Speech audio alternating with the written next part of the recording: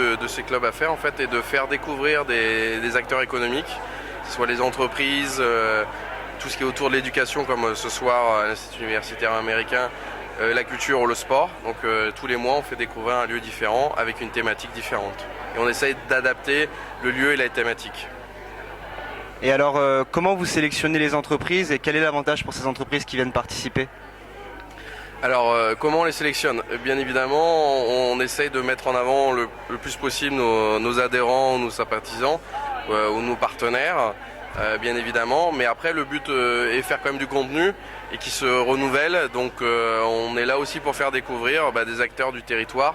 Là, ce soir, on a fait découvrir 3 sociétés. 2 sont adhérentes et une ne l'est pas du tout.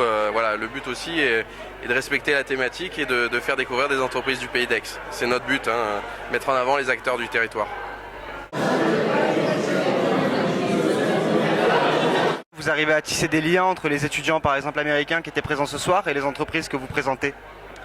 Alors oui, on essaie le plus possible. Ça va faire un peu plus de 2 ans qu'on travaille avec l'Institut universitaire américain.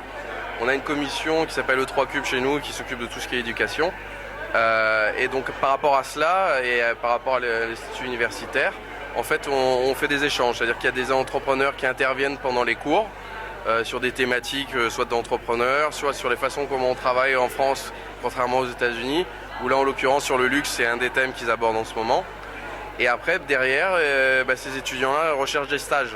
Et donc, nous, le but derrière, c'est de pouvoir aider le placement de ces étudiants auprès des entreprises du territoire. D'accord. Et est-ce que vous pouvez nous en dire un petit peu plus sur les prochaines réunions de ce type qui vont avoir lieu et les prochaines activités du GEPA ? Alors, donc nous, c'est toujours assez dense. On a beaucoup de manifestations. Pour résumer, on a une table ouverte tous les jeudis midi où tous les adhérents peuvent se rencontrer et les non-adhérents. Sinon, en grosse manifestation, on a un prochain club à faire qui a lieu le mois prochain, qui sera sur le thème des data centers chez TDF au Rialtor à Aix.